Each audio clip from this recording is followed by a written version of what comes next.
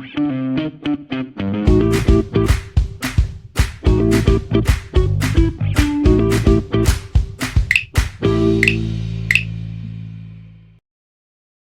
23 जनवरी को नेताजी सुभाष चंद्र बोस की जन्मदिन पर, जिसे हम पराक्रम दिवस के नाम से मनाते हैं, आज का वीडियो हम नेताजी सुभाष चंद्र बोस को समर्पित करते हैं। और आज आपको हम ऐसे स्वतंत्रता सेनानी के बारे में आज और पुराने राष्ट्रीय स्वतंत्रता संग्राम और युवाओं को जोड़ते हुए समझाने की कोशिश करेंगे। जैसा कि आपको पता है कि 23 जनवरी को हम पराक्रम दिवस के रूप में मनाते हैं। 23 जनवरी 1897 को उड़ीसा के कटक में नेताजी सुभाष चंद्र बोस का जन्म हुआ था। और सुभाष चंद्र बोस जी ऐसे व्यक्ति थे कि उन्होंने आईसीएस की परीक्षा तब पास की थी जब एज आईसीएस के लिए तय की गई थी अधिकतम 19 और 20 साल हुआ करती थी। और ऐसी परीक्षा का आयोजन भारत में ना होके लंदन में किया जाता था।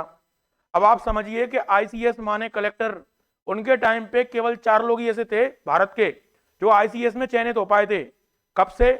सन 1854 से लेके, और उनके पेपर देने तक केवल 4 लोग भारत से आईसीएस में चयनित हुए थे। और उस आईसीएस की नौकरी को भी उन्होंने देश सेवा के नाम पर लात मार दी और राष्ट्रीय स्वतंत्रता संग्राम में कूद पड़े। अगर हम सुभाष चंद्र बोस जी को समझने की कोशिश करेंगे तो केवल उनने कोई आजाद हिंद फौज का सेनापति का पद हासिल करा या सेना का नेतृत्व करते हुए देश के राष्ट्रीय स्वतंत्रता संग्राम में अपना अमूल्य योगदान दिया, इसके लिए याद नहीं करते हैं, बल्कि हम इसके लिए याद करते हैं कि वो विचारों से कैसे थे, वो समाजवादी विचारधारा को किस लेवल तक ले जाना चाहते थे, वो भारत में आजादी के बाद में कैसे भारत की कल्पना करते थे। तो आज का वीडियो आदरणीय स्वतंत्रता सेनानी श्री सुभाष चंद्र बोस, जिनको हम नेताजी के नाम से जानते हैं, उस पर समर्पित है। उम्मीद है आपको ये वीडियो पसंद आएगा। तो शुरू करते हैं। जैसा कि आपको बताया कि सुभाष चंद्र बोस, तो एक इनका जीवन परिचय है। जीवन परिचय में मैंने आपको इंट्रोडक्शन में पहले भी आपको बता दिया है कि इनका प्रारंभिक जीवन, जन्म 23 जनवरी 1897 में उड़ीसा के कटक में हुआ था। पिता जानकीनाथ बोस प्रसिद्ध वकील थे। प्रभावती देवी उनकी माता का नाम था। पढ़ाई में बहुत तेज थे। आईसीएस की परीक्षा ब्रिटिश सरकार की सर्वोच्च नौकरी पास की, लेकिन देश सेवा के लिए नौकरी छोड़ दी। तो यहाँ पे समझने वाली बात यह है कि आज की डेट में आदमी पटवारी की नौकरी ना छोड़े। और उस समय समझो आप देश किस स्थिति में होगा, गरीबी किस टाइप की होती थी हमारे देश में, तब इन्होंने अपनी कलेक्टर की नौकरी को लात मार के राष्ट्रीय स्वतंत्रता संग्राम में अपना योगदान दे दिया। तो हमारे युवाओं को समझना चाहिए कि हम किस प्रकार से समय परिस्थिति के हिसाब से अपने निर्णयों को लेते हैं। और इन्होंने अच्छे तरीके से ऑब्जर्व किया। किसे ऑब्जर्व किया? उस समय के चलने वाले राष्ट्रीय स्वतंत्रता संग्राम को। महात्मा गांधी ने उसी समय देश को आजाद करवाने के लिए असहयोग आंदोलन चालू कर दिया था।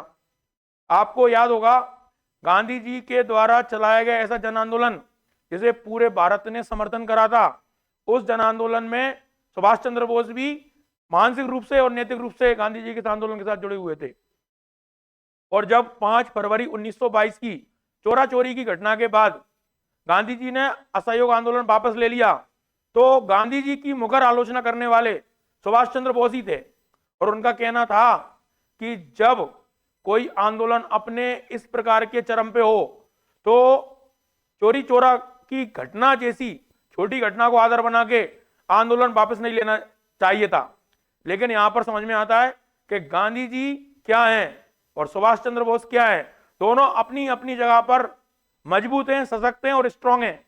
लोग आज के महात्मा गांधी, नेहरू जी और सुभाष चंद्र बोस को लड़वा देते हैं, लेकिन अभी इस वीडियो के माध्यम से आपको पता चलेगा इनके कृत्यों से कि इनमें किस प्रकार की जबरदस्त अंडरस्टैंडिंग थी, ट्यूनिंग थी, ये किस तरीके से राष्ट्रीय आंदोलन के लिए अपना योगदान अपने अपने स्तर पर दे रहे थे। तो ये सुभाष चंद्र बोस का जन्म परिचय हो गया। आगे हम बढ़ते हैं नेताजी को लेके। तो नेताजी की कहानी में आपको पता चलेगा कि वे भारत की आजादी के सबसे साहसी और क्रांतिकारी नेताओं में से एक थे। अब उनके साहस और क्रांति का एक छोटा सा परिचय मैं आपको देना चाहूंगा। उन्होंने भारतीय राष्ट्रीय कांग्रेस ज्वाइन करी। उन्होंने सुभाष चंद्र बोस और नेहरू जी, जो दोनों की जुगलबंदी चालू हुई, इससे कांग्रेस में एक समाजवादी गुट का उदय हुआ। और इन दोनों बड़े नेताओं में इतनी अच्छी समझ थी कि वो एक दूसरे को इस आधार पर समर्थन दे रहे थे और एक दूसरे का सहयोग कर रहे थे कि उनका मानना था कि आजादी के बाद में कहीं भारत में किसी पूंजीपति का, किसी अभिजात वर्ग का शासन स्थापित ना हो जाए। वो चाहते थे कि आम आदमी सत्ता में भागीदार बने, आम आदमी के हितों को वरीयता दी जाए, किसान को, मजदूर को, जो फैक्ट्रियों में काम करने वाले श्रमिक हैं उनको उनका हक मिलना चाहिए। तो सुभाष चंद्र बोस अपने सामाजिक न्याय की विचारधारा के लिए ज्यादा जाने जाते हैं। जब महात्मा गांधी ने दांडी मार्च की तो उन्होंने महात्मा गांधी के इस जन आंदोलन की तुलना जो आपके फ्रांस के नेता थे जिन्होंने वाटरलू की लड़ाई लड़ी थी, उनकी एल्वा से पेरिस की यात्रा से तुलना करके उन्होंने बताया कि किस तरीके से महात्मा गांधी की यात्रा का अपना महत्व है। उन महात्मा गांधी की यात्रा में सभी ने अवज्ञा आंदोलन के दौरान उन्होंने अपना समर्थन दिया, लेकिन कहीं ना कहीं वो अपने युवा विचारों से और अपनी समझ के हिसाब से उनकी जो राष्ट्रीय आंदोलन को लेकर समझ थी, वहां से गांधी जी के सारे मार्गों को वो एडॉप्ट नहीं कर रहे थे, बल्कि वो ये मानते थे गांधी जी अपनी जगह सही है और मैं अपनी जगह सही हूं। अब उनके हाथ में हरिपुरा अधिवेशन जो गुजरात का है 1938 में, वहां पर उनके हाथ में कमान आई भारतीय राष्ट्रीय कांग्रेस की और उन्होंने कांग्रेस में नयापन लाना, नए विचारों को लाना और आंदोलन के लिए एक अलग टाइप का स्ट्रक्चर तैयार करना, इन पर काम करना चालू करा। एक साल उनका पूरा गुजर गया। अब एक साल गुजरने के बाद में फिर कांग्रेस का अधिवेशन आयोजित किया गया जिसमें नए अध्यक्ष बनने की बात सामने आई। तो सुभाष चंद्र बोस जी ने मुगर होकर कह दिया कि उन्होंने जिस काम को चालू करा है वो काम अभी अधूरा है और उनको अपना ये काम पूरा करने के लिए और समय चाहिए। लेकिन उस समय गांधी जी चाहते थे कि पट्टाभी सीतारामैया कांग्रेस के अध्यक्ष बने और उन्होंने कहा कि पट्टाभी सीतारामैया के लिए वो अपनी कुर्सी छोड़ दें, अध्यक्ष पद से बॉयकॉट कर दें। लेकिन सुभाष चंद्र बोस को खुद पर इतना भरोसा था कि उन्होंने कहा कि मुझे अभी समय चाहिए और इस समय के लिए जो कार्यकर्ता हैं, जो कांग्रेस है, उसको तय करने दीजिए कि अध्यक्ष कौन होगा। तो अब 1939 के त्रिपुरी अधिवेशन में जो हमारे जबलपुर से जुड़ा हुआ है, उस अधिवेशन में अध्यक्ष के चुनाव के लिए कमर कस ली गई। उस कमर कसे चुनाव में सुभाष चंद्र बोस और पट्टाभी सीतारामैया आमने सामने थे, लेकिन पट्टाभी सीतारामैया का प्रचार गांधी जी कुछ इस तरीके से कर रहे थे कि लोगों को वो इस प्रकार से अपना प्रचार करवा रहे थे कि ये चुनाव पट्टाभी सीतारामैया का ना होके खुद गांधी का है। यानी तय था कि पट्टाभी सीतारामैया तो एक माध्यम थे, असल में ये चुनाव महात्मा गांधी और सुभाष चंद्र बोस जी के बीच में आ गया था। लेकिन यहां पर भी देखिए आप, सुभाष चंद्र बोस के प्रति देश और कांग्रेस में कितना मान सम्मान था कि इसके जो पितृपुरुष थे महात्मा गांधी, उनको, उनके कैंडिडेट को सुभाष चंद्र बोस अच्छे खासे वोटों से हरा देते हैं। और 1939 के त्रिपुरी अधिवेशन में भी सुभाष चंद्र बोस अध्यक्ष चुने जाते हैं और अध्यक्ष चुनने के बाद में उन्हीं महात्मा गांधी से आशीर्वाद लेके उनसे समर्थन मांगते हैं। जो जिला लेवल की कमेटियां बनती हैं उसमें कार्यकर्ता कौन से रखे जाएं, अध्यक्ष किसे बनाया जाए, ये वाली बातें वो गांधी जी से सहयोग की अपेक्षा करते हैं। लेकिन गांधी जी का इस समय ऐसा रवैया होता है कि वो सहयोग नहीं कर पाते हैं और उनके सहयोग नहीं करने से, गांधी जी के दुखी होने से खुद सुभाष चंद्र बोस इतने दुखी हो जाते हैं कि वो अपने अध्यक्ष पद से इस्तीफा दे देते हैं और बोल देते हैं जिस कांग्रेस को मैं चाह रहा था, जिस कांग्रेस को मैं आगे बढ़ाना चाह रहा था, अब वो माध्यम मेरे लिए नहीं बन सकती है, इसलिए मैं कांग्रेस के अध्यक्ष पद से इस्तीफा देता हूं। अब आप समझिए, आईसीएस से इस्तीफा दे दिया, कांग्रेस के अध्यक्ष पद से तब इस्तीफा दे दिया जब इसी कांग्रेस ने महात्मा गांधी को साइड में करके सुभाष चंद्र बोस को अध्यक्ष बनाया था। अब सुभाष चंद्र बोस का एक नया जन्म होता है, लेकिन उस जन्म के साथ में ही उन पर प्रतिबंध लगा दिए जाते हैं। उनके द्वारा फॉरवर्ड ब्लॉक की स्थापना की जाती है, एक अलग ग्रुप की, और उनकी क्रांतिकारी राष्ट्रवादी गतिविधियों के चलते उनको कर लिया जाता है नजरबंद। अब हमको मिलेंगे एक नए सुभाष चंद्र बोस। तो उन्होंने क्या करा उसके बाद में, ये आप देख रहे होंगे, आजाद हिंद फौज की स्थापना की और अंग्रेजों के खिलाफ सशस्त्र संघर्ष करा। इस कहानी को हम समझने की कोशिश करते हैं। आप सुभाष चंद्र बोस के उस समय को जानते होंगे, लगभग 1940 के आसपास का, जब उन्हें कलकत्ता में नजरबंद कर दिया गया। अंग्रेज उन पर बारीकी से नजर रख रहे थे। तब एकदम से सुभाष चंद्र बोस गायब हो जाते हैं। वो कलकत्ता से पेशावर, पेशावर से अफगानिस्तान का रूट पकड़ के रूस पहुंच जाते हैं, और रूस पहुंचने के बाद में फिर वो बर्लिन जाते हैं, और बर्लिन में उनको मिलते हैं कौन? हिटलर। और हिटलर ही बातों बातों में उनको नेताजी बोल देते हैं। तो हमें ये प्रश्न कई बार पूछा गया है कि जो हिटलर नाम दिया, जो नेताजी नाम दिया है, उनको किसने दिया था? तो हिटलर ने दिया था।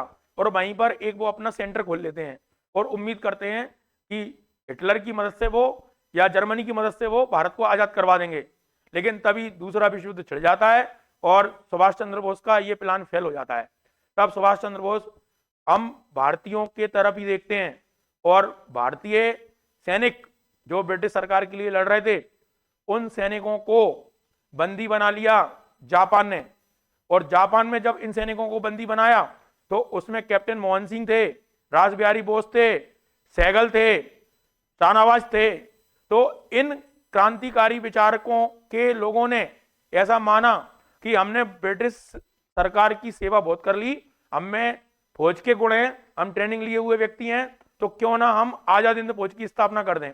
तो आपके लिए पता होगा कि आजाद हिंद फौज का विचार सबसे पहले कैप्टन मोहन सिंह के दिमाग में आया, लेकिन वो सफलतापूर्वक इसको नहीं बना पाए। बनाई रासबिहारी बोस ने ही, और रासबिहारी बोस ने जब बना दी तो पहले अध्यक्ष बने थे कैप्टन मोहन सिंह। कैप्टन मोहन सिंह उस आजाद हिंद फौज का नेतृत्व कर रहे थे, जिसमें ब्रिटिश सेना के वो भारतीय सैनिक थे जिन्हें जापान ने बंदी बना लिया था। तो अब यही फौज हमारी आजादी की लड़ाई का जरिया बनेगी और सुभाष चंद्र बोस इसका नेतृत्व करेंगे। तो सुभाष चंद्र बोस ने क्या करा? सुभाष चंद्र बोस जापान में गए और अपने भारतीयों से मिले, और भारतीयों से मिलने के बाद में उन्होंने क्या निष्कर्ष निकाला? उन्होंने निष्कर्ष ये निकाला कि उनको कई तरीके से शक्की निगाहों से फौज और उनके अधिकारी देख रहे थे, लेकिन सुभाष चंद्र बोस ने जिस गर्मजोशी से उनके साथ मुलाकात की और जो उनका विश्वास जीता, तो उन्हें समझ में आ गया कि यही वो व्यक्ति हैं जो नेतृत्व दे सकते हैं हमारी फौज को और भारत के राष्ट्रीय स्वतंत्रता संग्राम में योगदान दे सकते हैं। इस पूरी घटनाक्रम का परिणाम यह निकला कि सुभाष चंद्र बोस को आजाद हिंद फौज का सेनापति बना दिया गया, और जापान ने भी उन पर विश्वास दिलाते हुए जो अंडमान निकोबार और लक्षद्वीप जो जापान ने कब्जे में लिए थे, वो सुभाष चंद्र बोस को सौंप दिए। और सुभाष चंद्र बोस ने सिंगापुर से भारत की सरकार की घोषणा करी, खुद को प्रधानमंत्री घोषित किया, और एक देश के नायक होने के नाते उन्होंने सबसे पहले जिस व्यक्ति से आशीर्वाद मांगा वो व्यक्ति थे आदरणीय महात्मा गांधी। और महात्मा गांधी को उन्होंने कहा कि बापू आशीर्वाद दें, आपका ये बेटा अपनी फौज के साथ में भारत को आजाद कराने के लिए निकल चुका है। और इस सरकार को केवल जापान ने नहीं, जर्मनी ने और रसिया जैसे देशों ने भी मान्यता दे दी, यानी ब्रिटेन को उन्होंने साइडलाइन कर दिया और सुभाष चंद्र बोस को उन्होंने आगे कर दिया। सुभाष चंद्र बोस अपनी नेतृत्व क्षमता के दम पर अपनी जो फौज थी उस फौज को उन्होंने 4 ब्रिगेडों में डिवाइड किया। यहाँ पुरुष नहीं, महिला तक अपना ग्रुप बना के देश की आजादी के लिए झांसी रेजिमेंट के नाम से काम कर रही थी। और उसके अलावा 3 ब्रिगेडों के नाम क्या थे? अगर इसको आप समझ गए तो आप समझ जाना कि देश की आजादी के जो नायक थे वो किस तरीके से आजादी के लिए लड़ते थे। उनने एक ब्रिगेड का नाम रखा था नेहरू ब्रिगेड, दूसरी ब्रिगेड का नाम रखा था गांधी ब्रिगेड, और तीसरी का नाम रखा था उन्होंने सुभाष ब्रिगेड। तो उनको नाम भी वही पसंद थे जो उनके साथ में जिए हैं। और इस फौज को लेके वो मणिपुर के इम्फाल तक पहुंच गए और वहां तक कब्जा कर लिया। लेकिन दिक्कत कहां हो गई? दिक्कत हो गई दक्षिण पश्चिमी मानसून से, जहां से बंगाल की खाड़ी से पानी आया और पानी इतना लेवल का आया कि फौज आगे बढ़ने में असक्षम थी। उसी वक्त जापान ने उनका पर्याप्त सहयोग नहीं करा, बल्कि जापान का कहना था कि वो वर्ल्ड जीतने के अभियान पर हैं, तो आप हमारी हेल्प करो। मतलब भारतीय फौज को उन्होंने अपनी एसोसिएट फौज बना के उनसे फौज के काम भी नहीं, जो उनके अदर काम है वो करवाने के लिए प्रस्ताव रखा। सुभाष चंद्र बोस ने इस प्रस्ताव को नहीं माना, और नहीं मानने के साथ उन्हें समझ में आ गया कि इस तरीके से मैं भारत को आजाद नहीं करवा सकता हूं। तो उन्होंने तुरंत फौज की जो ब्रिगेड थी उनको भंग करा, और भंग करने के बाद में जो महिला ब्रिगेड थी उन महिलाओं को सुरक्षित पहुंचाने की जिम्मेदारी उठाई और एक एक महिला को उनके घर तक पहुंचाया। और उसके बाद में वो सिंगापुर से, जापान से सिंगापुर के लिए निकले। लेकिन 18 अगस्त 1945 को ऐसी बात कही जाती है कि प्लेन दुर्घटना हो गया, ऐसा प्लेन दुर्घटना हुआ जिसमें सुभाष चंद्र बोस भी थे। इस पर कई सारी बातें चलती हैं। तो ये सुभाष चंद्र बोस जी का एक ऐसा जीवन परिचय था जिससे हमें युवाओं को प्रेरणा लेना चाहिए। लेकिन आज के युवा कहाँ पे चूक रहे हैं?